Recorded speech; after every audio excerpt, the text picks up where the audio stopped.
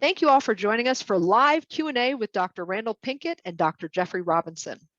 This session is a follow-up to Dr. Pinkett and Dr. Robinson's pre-recorded video discussion about their book, Black Faces in High Places, 10 Strategic Actions for Black Professionals to Reach the Top and Stay There, that you've already watched. Once again, Dr. Randal Pinkett has established himself as an entrepreneur, speaker, author, and scholar, and Dr. Jeffrey Robinson is an award-winning business school professor, international speaker, and entrepreneur. I want to make sure we leave as much time as possible for questions, not just from me, but also from our engaged and excited audience. So I think a good place for us to start is talking about your previous book. So our participants don't realize that, but they're all going to get a copy of your book in a giant box of swag that shows up in about a week. I'm sure you're going to tell them how to get it signed, because we all want your signatures on a book. Yes, please. So why don't you talk to us a little bit about your first book and what's changed since Black Faces in White Places in 2010, and what motivated that book, that first book? It'd be great to know that. Yes, so first, thank you for this opportunity to be in this space. And I want to commend all of the participants and the organizers of the program. I wish we had this program when I was an up-and-coming researcher, but that's what progress is all about, is creating these spaces that are so important to affirm one another, to connect to one another, to strengthen one another, and to pass that on to the next generation, that they can hopefully travel farther and travel faster than we did. So I'm really encouraged to see this gathering of aspiring researchers and professionals, because it so much is a reflection of the path that Dr. Robinson and I once traveled, and are grateful that we survived too. We survived too.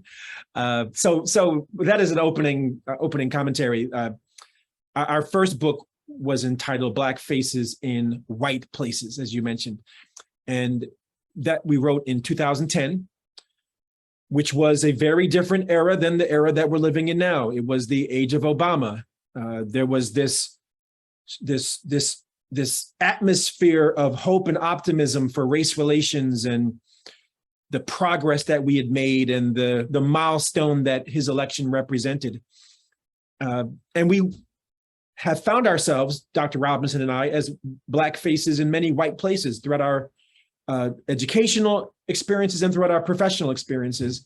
And we wanted to write a book that reflected that dynamic, invoke the voices of others who've had that same experience, as I'm sure many of you had, being the only one or one of the few, and offer strategies for how you navigate environments where we are underrepresented and not lose a sense of who you are.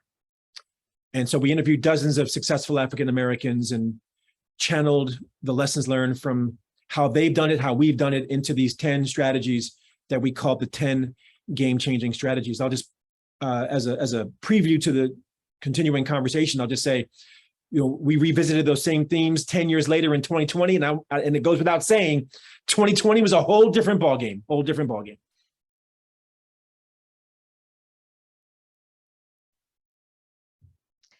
All right, you want me to add something to that? Yeah, obviously, Dr. Robinson. Over there wearing that fly sweatshirt. Yes, that's right. Represent. It's Juneteenth weekend, and Father's Day and Juneteenth coincide. It's Black Father's Day, so I'm having a good weekend.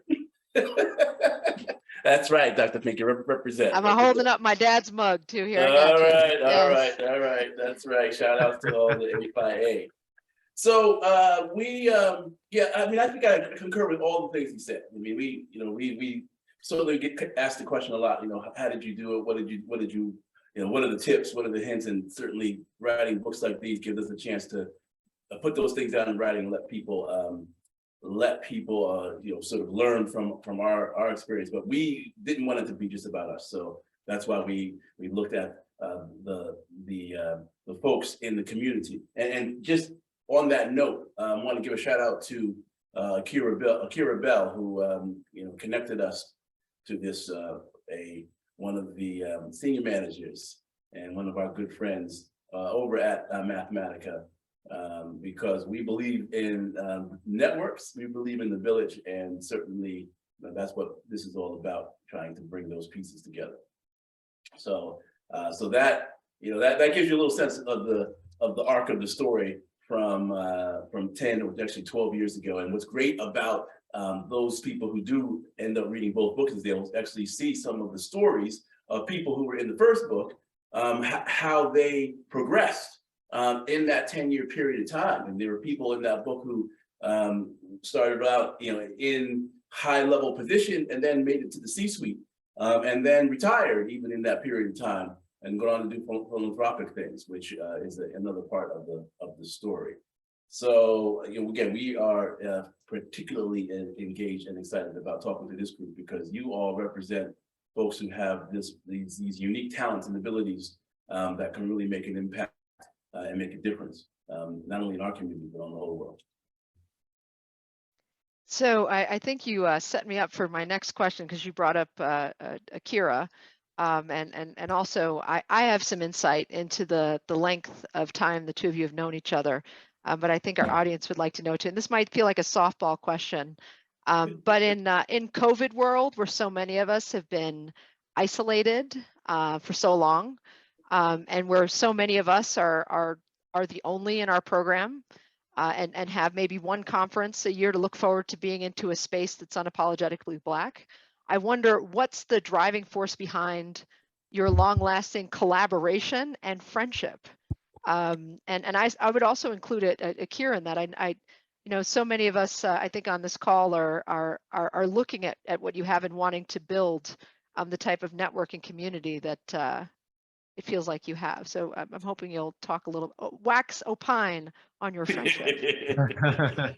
Well, know that we met in an unapologetically Black space. We met in the first week of the first semester of our first year of college at Rutgers, at the first meeting of the National Society of Black Engineers chapter at Rutgers. And it was pure coincidence. I call him JR. JR sat in front of me, and when they said, look around and say hello to your neighbor, in his words, he turned around and saw another tall, dark brother and said, my name is Jeff Robinson. I said, I'm back then I was Randy Pinkett. Now I'm all fancy with Randall. And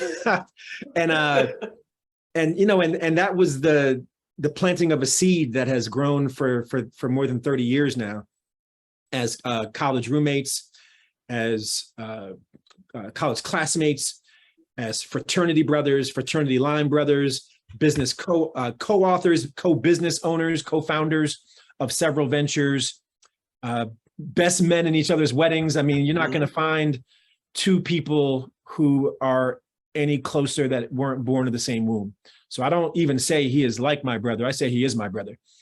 And to your question, though, there is something to be said about not just coming together in these spaces, but staying together in these spaces, staying connected. I mean, in other words, this space is both practical and metaphoric. It's metaphoric of the kinds of spaces we have to be creating when we're not in these spaces, so to speak.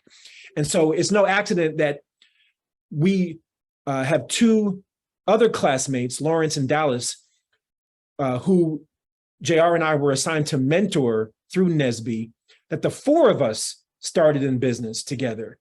And the four of us have been together for more than 30 years now. And so we're big believers that iron sharpens iron, and we are where we are because we're big believers that I am because we are.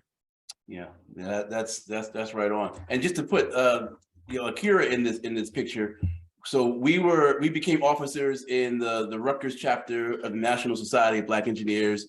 You know, Akira and company, other folks that we know, were all at Princeton in the NSBE chapter there. So when we have regional conferences, we would, you know, certainly, you know, get together. There's a little bit of friendly competition, you know, up and down the Route 1 corridor between Rutgers and Princeton. A lot of history that goes back there. So we knew the folks at Princeton who were doing engineering, and that's how her part of the story. And certainly over the years, we've all, you know, progressed and gone along and realized that, we know some of the same people. You see people talking about people on Facebook and you're like, wait a minute, I know that person. That the community is large, but it's also small. And some of you study networks and the way people interact, and you know exactly what I mean. And then there's just one more thing: the fact that when we talk about in the book, in our latest book, we talk about leverage our might, and it's the coming together portion that we often criticize within our community. We say things, we say silly things. I'm going to call it silly. We call it silly things. Like, oh, we can't work together. And on the face, people think there's some validity to it. Oh, we never see this, we never see that. But then if you look historically, if you look at things that we do together, you realize how silly it is to say that Black people, quote unquote, people of color, quote unquote, cannot work together. And that is ridiculous. I mean, certainly you can look at all the sports analogies and we know people work together, and we can see that when we work together, we can achieve things. But then there's the practical context, the communal context, the political context, looking at our history of coming together to achieve great things. When we did that as a community, we were able to achieve. So let's bring that back. For us, the microcosm of that was at Rutgers. In our National Society of Black Engineers chapter, we learned how to do stuff as student leaders that allowed us to build businesses together. And then, as I like to call it, build our modern day village in it. Because now as we progress through different stages of our lives, we interact. Our kids are going through the same arc of development. We're going through all kinds of stuff. But the village comes together to support one another. And I think that's such a vital part. It's not just for sort of monetary gain, financial gain. It's also for development and support that we have these connections. I want to lean into what you mentioned about the silly things that we say sometime, and how I think we forget that we're the culture and the foundation of so much. And there's nowhere you can look where you don't see our imprint. Right. And it's a process of remembering. So I want to dig into the book. So I want to talk about the pieces of advice that you gave. Thank you for holding up your book. I love that. Thank you. I'm waiting for a T-shirt too, man. I would wear one of those T-shirts. How did you prioritize or figure out the order of all the strategic actions in your book? You mentioned all these actions when creating this progression model. But how did you figure out the order, and then also what didn't make the cut? What was close? Maybe I'm asking for info from the next book. How about black women in all places? How about that? I love it. All right. I love it. In fact, I'll even up you. Black women in global places. All right. I will up you and offer to co-author. Let's continue. This sounds like a book you need to have some influence on. So hold on, let's talk about that. No doubt. So I remember the early. I consider writing a book like creating art. And when we were first conceptualizing the book, the vision was we would make it autobiographical of being Black faces in white places. Long story short, the publishing community was like, your story is just not that exciting, Dr. Robinson and Pinkett. You don't, and when we beg to differ, but the feedback certainly was instructive, that they said it would be better if you framed it around strategies. People like strategies. So we took that to heart and said, okay, we'll scrap the autobiography idea. We're still going to perhaps write that book later. Maybe we got more to share now.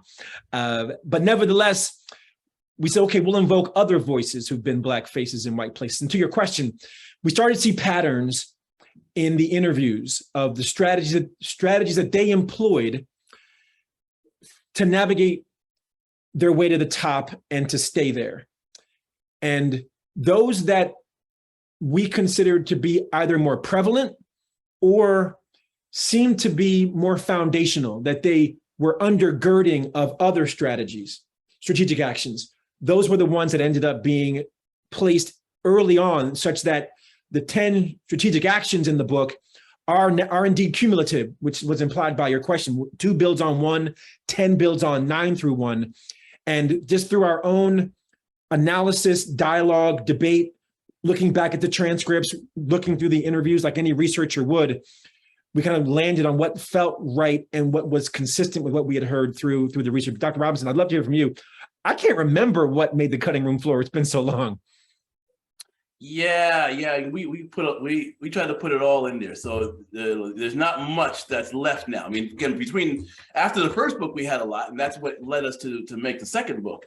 But you know, there is that question about what else is there to say, and there's always something more to say. I think one of the things that I remember saying to myself, I would have loved to have done more of, is to actually tell the stories of some of the people and show, put those stories cohesively together and show their arc. So we weren't able to do that. We organized things around the strategic actions as opposed to around a person and their story and their arc. Mm-hmm. And so there are some people in this book who would be some fantastic examples. And some of them are known, some of them are not so well known, but just to put those stories as profiles. I think at one point we had something called Profiles of Synergy, where we wanted to tell how people went through this introspective sort of inside out approach of developing themselves, created their networks, gathered their mentors, and started to think about leveraging the might of the community through various organizations and things that they did, and then launched themselves or were launched into making a difference and making an impact. And for us, that's the ultimate goal. It's not just, we're going to make a lot of money. It is how do you make a difference? How do you leave a legacy? How do you make an impact? We, don't settle for success, seek significance. That's where we end the book. And so the story of how people go through their, early life and development and, gather those skills, those insights, and then apply them to make a difference, I think is a worthwhile, maybe follow-up book or compendium to what we've already done. So I'm excited that we have 2 authors in this space, and that we have an opportunity to engage in conversation about what it takes to write this type of book. And it's not just because of our forthcoming book, Global Women, Multiple Black Women, but also because I feel like into existence. There it is. You, me, and Akira, us and Akira in this book, yeah. So can you make transparent this process? I'm imagining you just didn't one day wake up, well, I'm gonna write this book, and then the publishers beat a path to your door. I mean, or maybe that did happen. Can you talk about the imposter syndrome, the rejection, the lies? Tell us about the drama. What did it take to put this book out? So I'm going to start with the drama because I can be dramatic, as JR knows. So the irony of writing a book about Black faces in white places is that the publishing industry is a very white place. And so certainly the feedback we got on that first idea of autobiographical, the feedback was, and I'm paraphrasing, your stories don't have enough struggle. Like, you guys were smart, you worked hard, you got good grades, you succeeded. Like, where's the struggle? As if the story had to have struggle. And we fought tooth and nail to try to get that book sold. We got no takers. So when we reformulated it into strategies and we're interviewing these successful African Americans, one of the themes that came up quite prominently, perhaps not surprisingly, was the role of spirituality, faith, a belief in God and a belief in a higher power, which is not uncommon to the experience and the walk of many African Americans, although not all African Americans. And so when we put the first draft through and then they sent back the edits, every single reference to spirituality was removed. And I remember calling JR.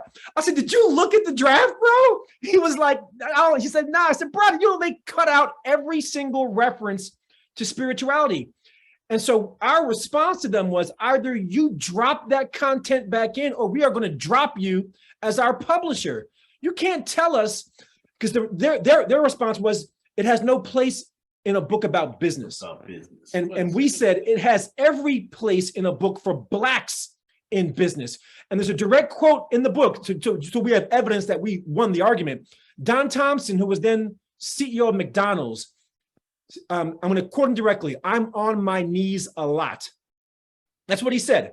And he went on to talk about how he prays in his corporate office at McDonald's and how he asked God for guidance of what to do. And in his words, God's never let him down.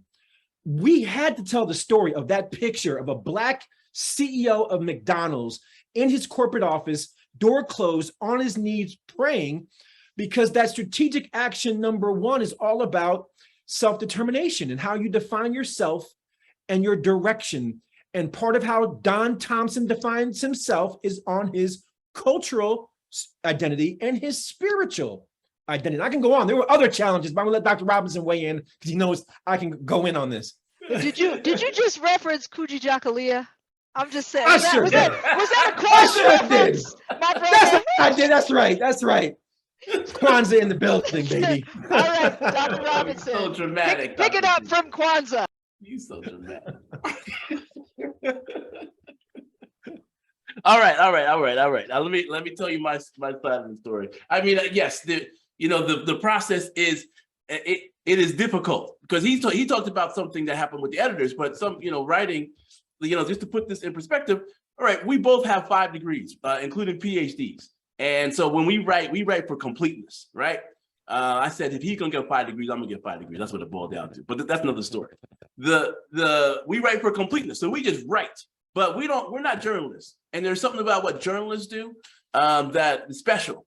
And so, part of our process is we write, and then sometimes we have to have some people come in and rewrite stuff, or at least make it so that it is a bit more exciting, the way that a riveting article would be. So that was something that is process-wise, a challenge. And then the second part about process that and the publishing industry is that for our first book, you have to go through an agent, and the agents, it's just they're gatekeepers to the whole industry. And if they don't get what you're talking about, then, it's very difficult to get any traction unless you are a celebrity, unless you are, Oprah or Obama, then, you got to go through an agent that is going to be the gateway. And so that was the whole process of getting people to understand.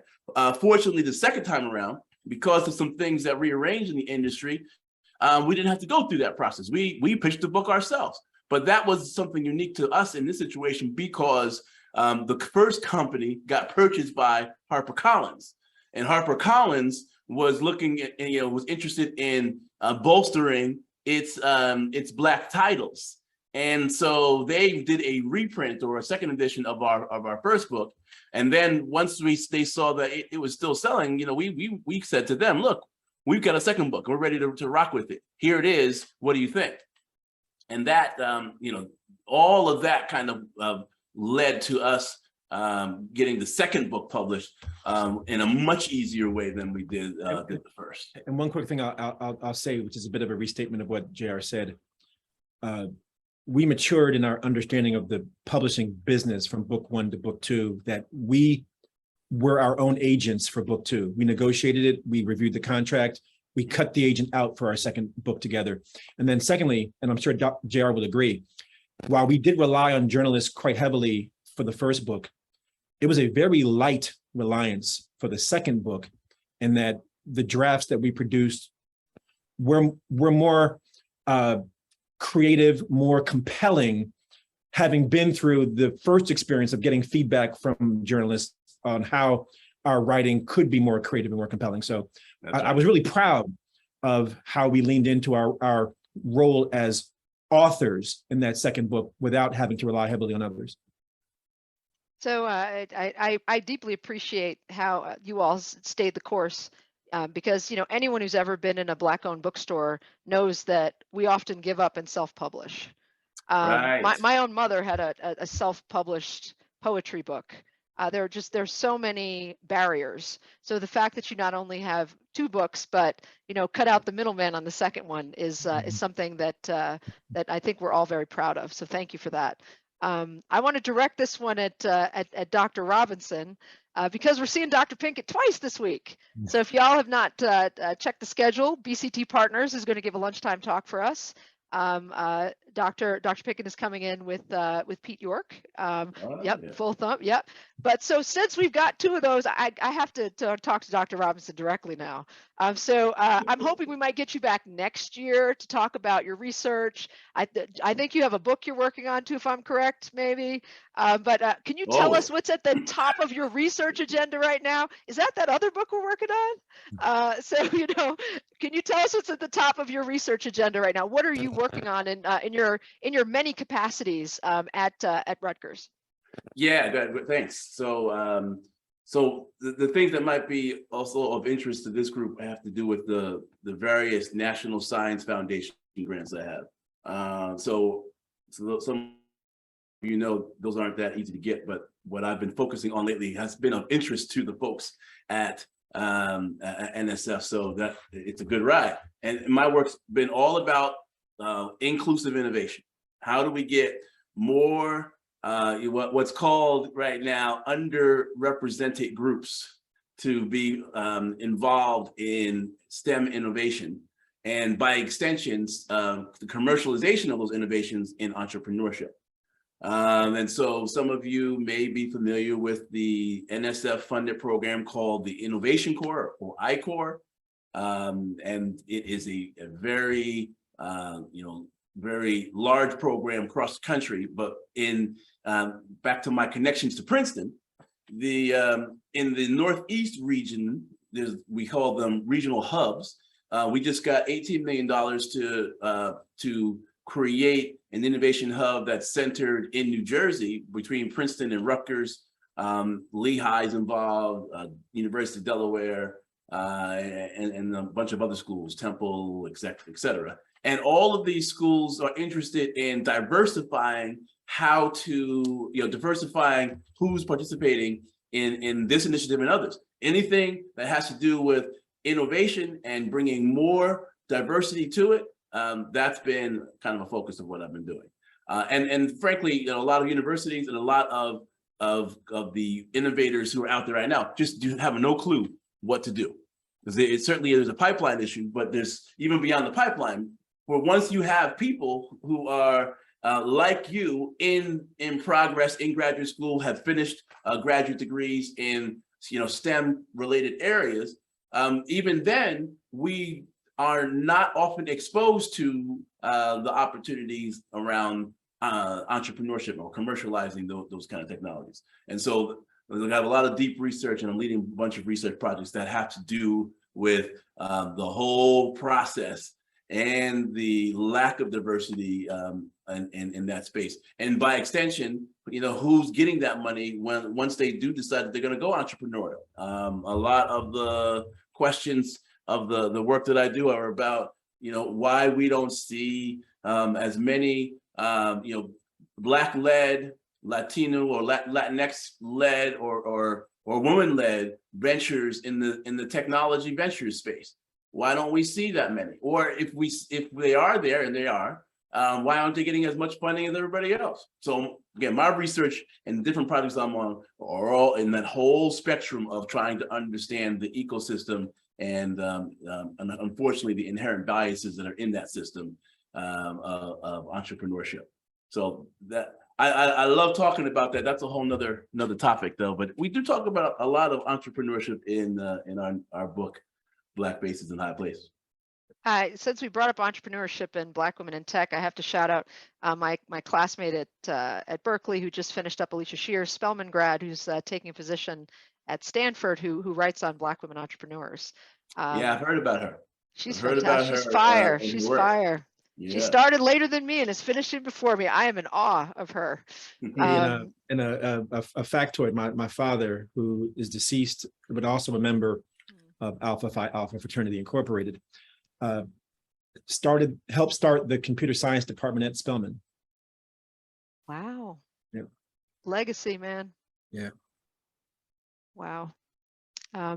Dr. Robinson, I have to admit, my follow-on question is going to be a little bit shallow because me and Dr. Pinkett were blowing up the chat box there about book ideas. So I have a simple question before we pass it over to our audience. So audience members, start raising your hands. We'll start noting the queue so you can jump in and ask these two incredible gentlemen, these incredible doctors, these incredible PhDs, some questions. So my follow-up question is, it's super simple. So how does one get a National Science Foundation grant? If you could like chart that out for us in 10 steps, 10 steps, we're all leaning in and I heard they have money. How does one get that? Go. I wish it was that easy. Yeah. I mean, there's a lot of steps, but the true answer is you need to network and you need to have some mentors who know what they're doing.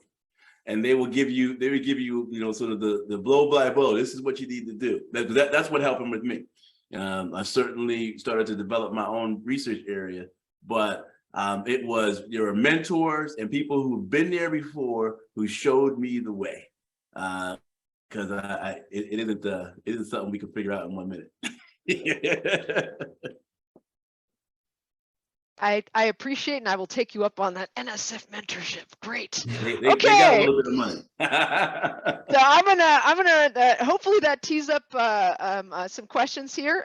Everything's on the table from it sounds like college and Nesby shenanigans to experiences on Wall Street. We're gonna start out with Andrea Adams. Go ahead and turn on your video and ask your question.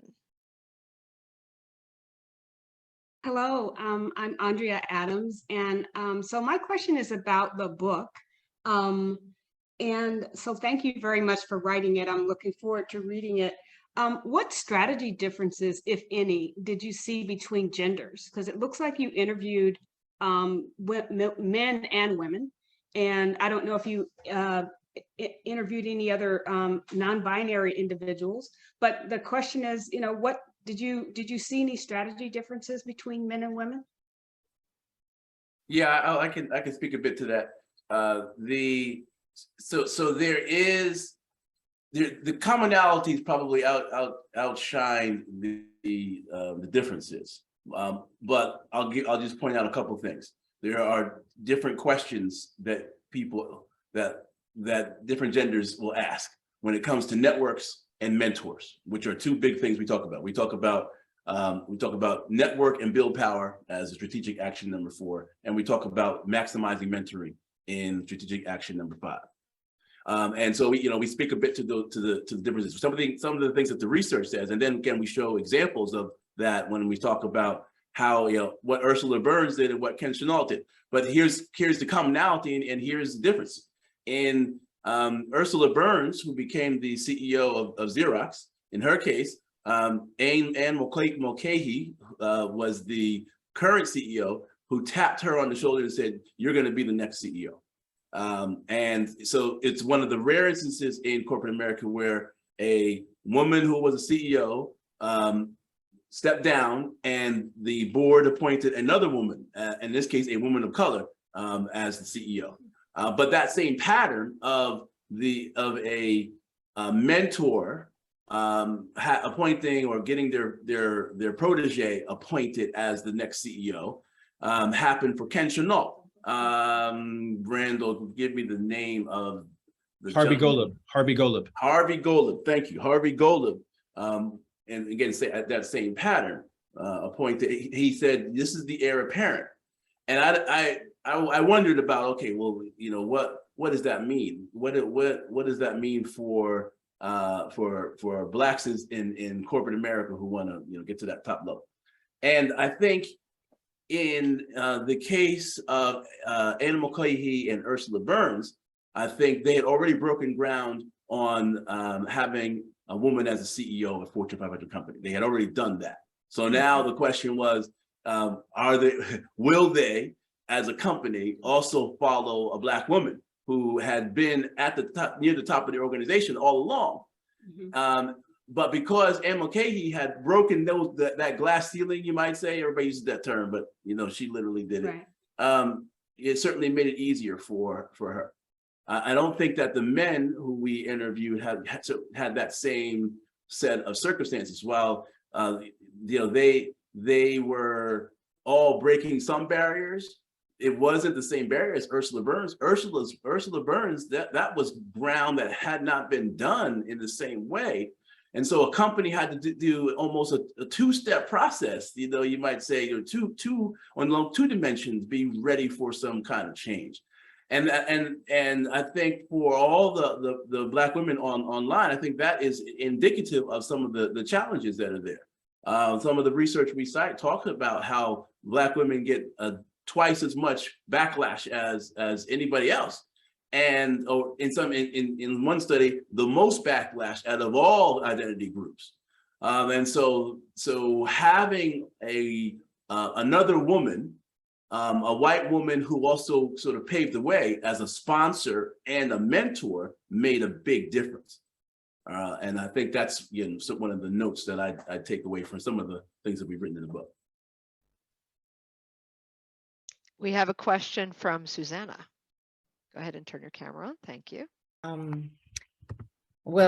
Thank you for this. It has been very inspiring. I have a question. When either from your experience or from the people that you interviewed, when you rise to the top or to the high places, there could be moments where you feel like you're losing who you are, your authenticity.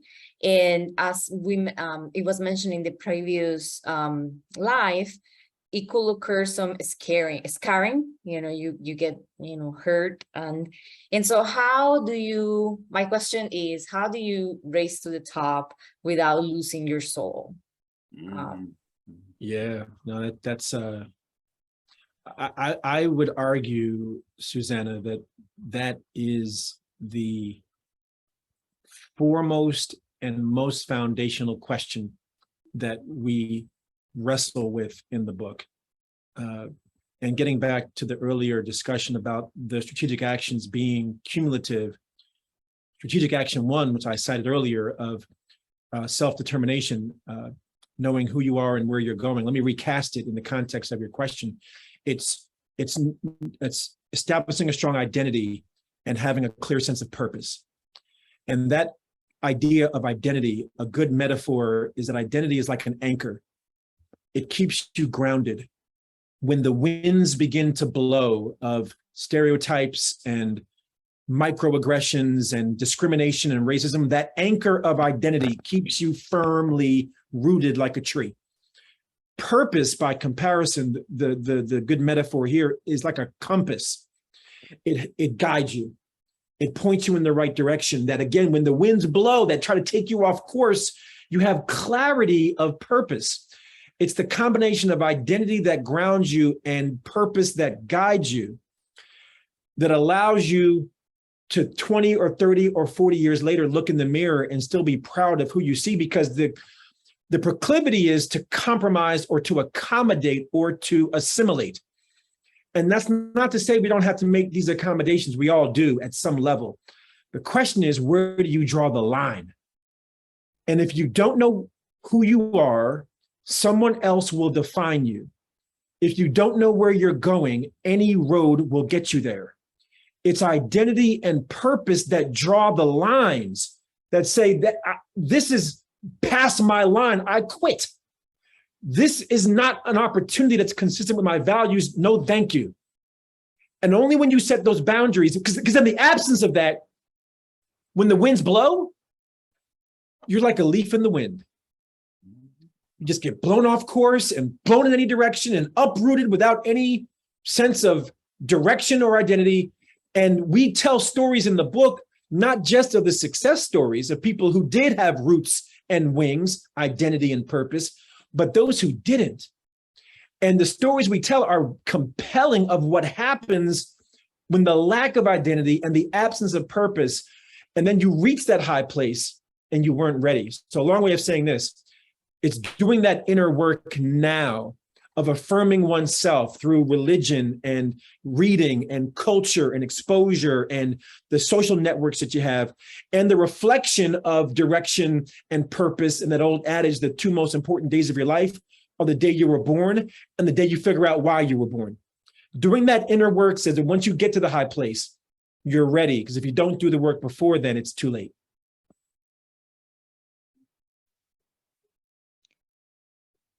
Dr. Robinson? No, let's go to another question. He answered Yeah, that. I mean, yeah, he dropped the mic on that one. I'm gonna give him credit for that. That was good stuff. Our next question is from a fellow Berkeley person, Renee. Renee, take it away. Hi, still morning on my side. Thank you so much for being in this space and sharing, so many gems. My question is related to, you all have collaborated so well and supported each other so well. And it's really nice seeing that. So my question is, what are some keys to strategy, as we would say, we're talking about strategy and discernment in terms of collaboration, whether it's research or business? What are some keys you would say to collaboration and supporting each other? Mm-hmm. Yeah. The real answer to that is found in strategic action number 6, leverage our might, because we've thought about that. We've thought about that a lot, and certainly there are some tips about people you go into business with or collaborations with versus people who you hang out with, because those may be 2 different groups, right? That the people who you're going to do this kind of work with, that may be intense, maybe you're passionate about, maybe about your livelihood or things that you want to achieve. You need to have a certain kind of relationship with them, one where it's not, fragile, that if you say one wrong thing or one thing that they're sensitive about, all of a sudden, the friendship, the relationship is over. You certainly need to have the kind of mature relationships where you can be critical and yet still be friends and still be collaborators. But we go into some detail about that, knowing, coming up with joint mission statements. What are we trying to achieve together is really important in collaborations. And I'll say this last piece: the nice thing about I would say the arc of our friendship, brotherhood, partnership for sure, is that we learned how to work with one another early on in all kinds of other situations before we made it. So we practiced this stuff in our case in student organizations, in smaller types of things before we started getting to these bigger things. And now I have no doubt that there would be cooperations and ways to do things on much larger things that we have thought about and planned. No matter what that is, because we practiced some of these ways of working with one another on smaller things earlier on in our life and career. And I'll add, again, being illustrative of this idea of strategic actions being cumulative. If, to Susanna's question, strategic action 1 calls us to know who we are and where we're going.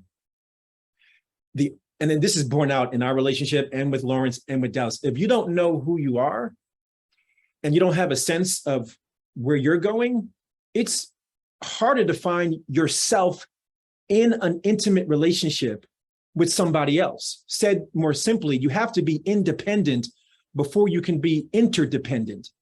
And so it's not only the foundation for your own self-determination, it's also the foundation for how you find synergy, comfort, confidence, and don't see somebody else as a threat.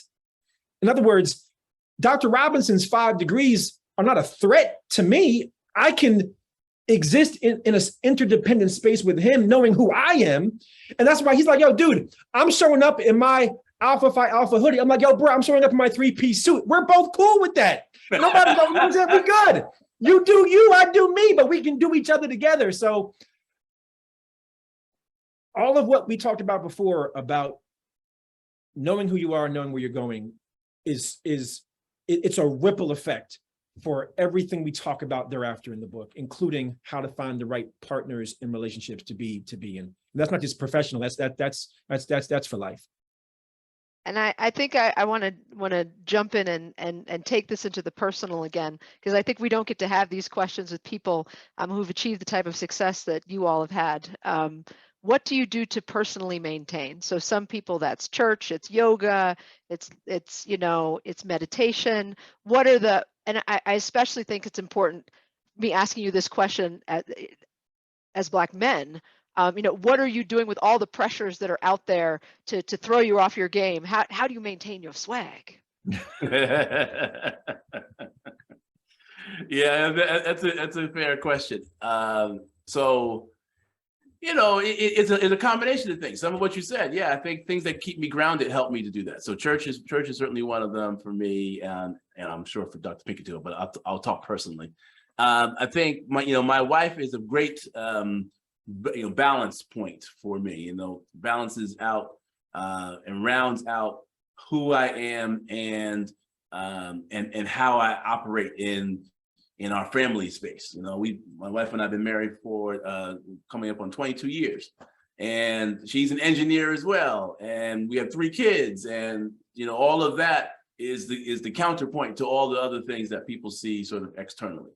So that has a pressure to it and responsibility, but it also is useful because it takes me away from all of and keeps me humble for that matter, from all the things that are the things that people say are the things that make you who they see on the outside. That there's always in my life a counterpoint. It's great to be recognized for these different things and getting the grants and all of these kinds of things, but there's always something else on the other side, and so that's where we figure out ways to be healthy together, or to travel together, or to have fun, and to celebrate other things that are beyond my life. That I think that is really important, because when it's all about you, then for better or for worse, that there's a lot of folks who succumb to the pressures when it is quote unquote all about you, and then so a lot of folks who become very selfish when it is quote unquote all about you.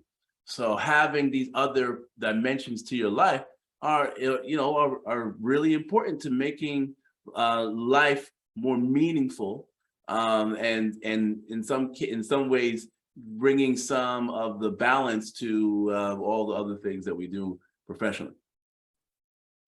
Yeah, I can break my answer down into my 7 F's. First is faith. My spiritual walk, my Christian walk is sustaining for me psychologically, emotionally, personally. I mean, it's foundational for me in terms of my identity. Next would be family, friends, and fellowship. I'll give you all 3 of those together. They keep me grounded. My wife, my kids, my brother, JR.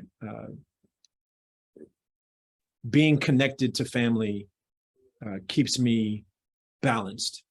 5th is fitness. I was a collegiate track and field athlete, high jump, long jump, sprints. I'm blessed by that because I learned the discipline and the habit of exercise on a regular basis, and the discipline that it brought into my professional life as well. But more importantly, to your question, I get to the gym 3 times a week. I'm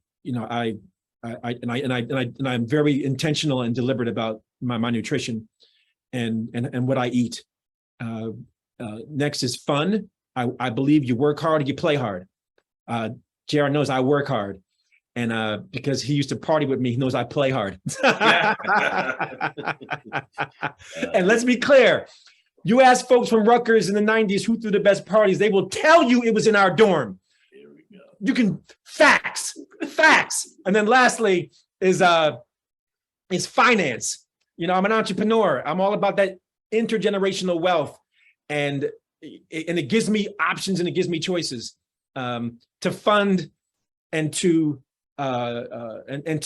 be blessed, to be a blessing to others. So I don't see the accumulation of wealth as for what benefits it derives to me, but rather what doors and opportunities I can open for others, which also is part of legacy and also a part of how I stay balanced.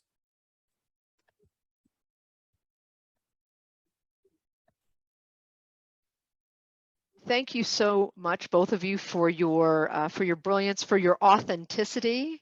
I think many of us, and I don't want to speak for speak for the whole room, but I can say this is my experience. Is I often enter into spaces and feel as though there's a prescription for how I'm expected to be. You know, what version of Nanette I'm supposed to be. And one of the goals of my life is to get to that point where it's just one person. It was just truly and deeply authentic and just showing up as me in every space. And I think you've offered us a beautiful example of the success that comes with that type of authenticity, and the friendships and the family and the other 5 F's that I don't remember, but those are a lot of F's. So please join me, everyone. Yeah, right. Yeah. Please join me. I was worried about those F's. Please join me in thanking Dr. Pinkett and Dr. Robinson for joining us today. Thank you, Nanette. Thank you. Thank you, SICSS. Thank you, Howard. Blessings. Thank you, Mathematica. Thank you. Thank you, Kira. Thank you. Thank you all for watching. For more information on SICSS-Howard Mathematica, visit our website, follow us on social media, and join our email list.